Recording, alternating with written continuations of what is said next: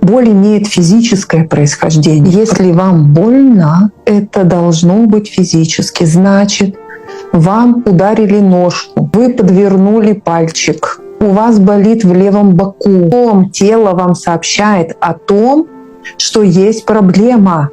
Тело сообщает, что где-то есть дисфункция и что-то не так. С этим все понятно? Большими буквами страдание. Это психическая боль. Вот это фантом, вот это иллюзия, вот это ящик Пандоры, и вот это наши вирусы сознания, которые внутри. А начеку мы всегда остаемся, когда у вас страдания. Как только начались страдания, это фантом, это вирус сознания. И вот здесь нам нужен с вами наш инструмент, вот этот наш ключ усиления.